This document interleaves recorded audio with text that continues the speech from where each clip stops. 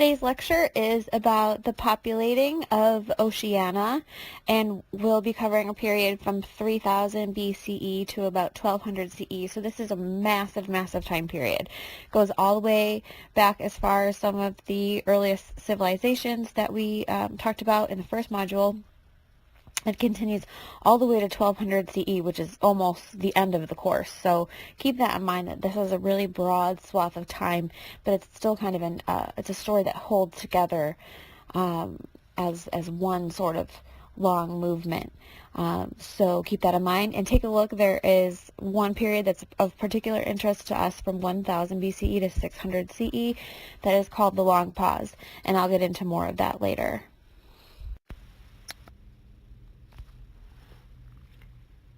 Oceania, which is the land masses scattered across the massive Pacific Ocean, makes up about 1/3 of the area of the Earth. Even though its population is quite small compared to larger land masses, the people of Oceania speak 1/4 of the world's languages. There's impressive diversity and richness of culture packed into the many small islands that comprise Oceania.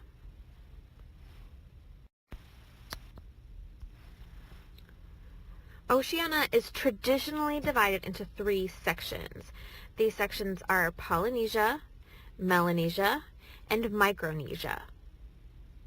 Polynesia includes the Hawaiian Islands, Easter Island, New Zealand, Samoan Islands, and many, many more. Polynesia means many islands in Greek. That's where the name comes from. Melanesia includes New Guinea, Fiji, Maluku Islands, and many more.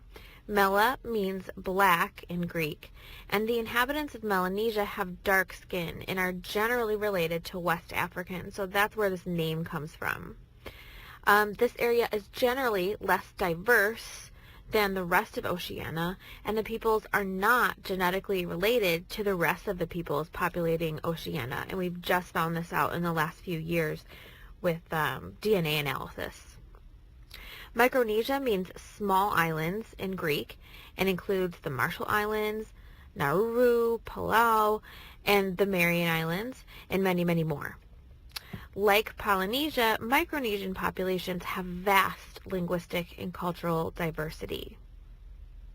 One of the greatest achievements of modern historians has been answering the mystery of how these islands, some of them very remote, came to be populated by humans.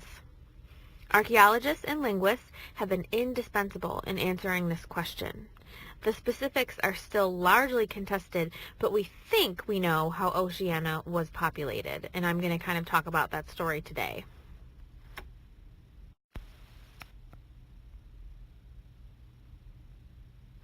Around 1400 BCE, the peoples living on the Solomon Islands left their familiar island chain and voyaged over 2,000 miles of open ocean to colonize remote islands like Hawaii, Samoa, and Fiji.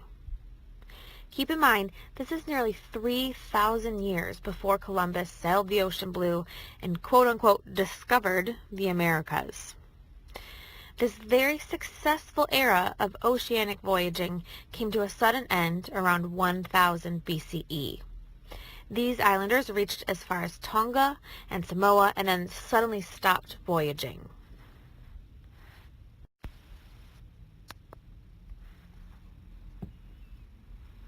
Scientists have recently discovered that wind patterns may have had something to do with what is now called the long pause. Using historical climatology, scientists have discovered that the wind was at the backs of these ancient voyagers for the first 300 to 400 years as they moved east across the Pacific. But eventually, they reached a point near Tonga and Samoa when the winds blew against them. At that point, which is about 1000 BCE, they did not have the knowledge or technology to sail effectively against the wind, so they took a hiatus from voyaging.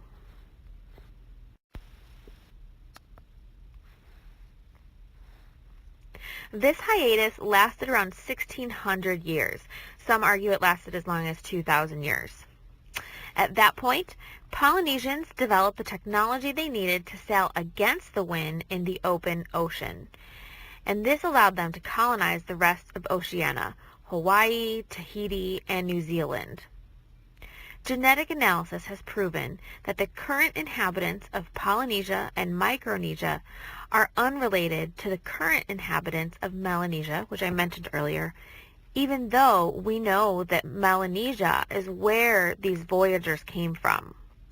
Some scholars have suggested that these populations mixed briefly, combining their native languages, which are still related today, before separating along ethnic lines, and then the Melanesians stayed in Melanesia, and these other peoples who had been living in Melanesia colonized the Pacific. This is only one theory. Many scholars have argued that this new evidence suggests that Polynesians and Micronesians hailed directly from Asia rather than from the Melanesian islands. So some people are saying, well, this is evidence that overturns everything. There's still a lot that we're unsure about regarding how this all went down.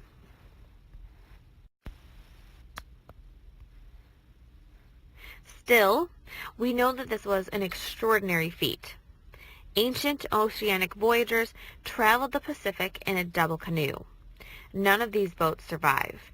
All we have are a few boat parts found buried and preserved in the island of Hawaii near Tahiti.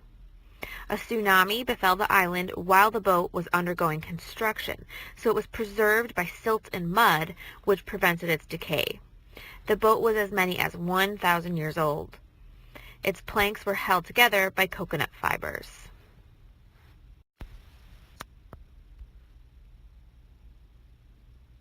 That find was unique. Scholars have mostly used rock carvings to reconstruct the boats ancient voyagers used. We think that in ancient times, these canoes all looked very similar island to island. But during the long pause, the peoples populating remote islands developed their own boat styles independent from one another because they weren't going beyond their local reefs. By the time Polynesia was quote-unquote discovered by the Europeans in the 1770s, each island had its own unique style of boat.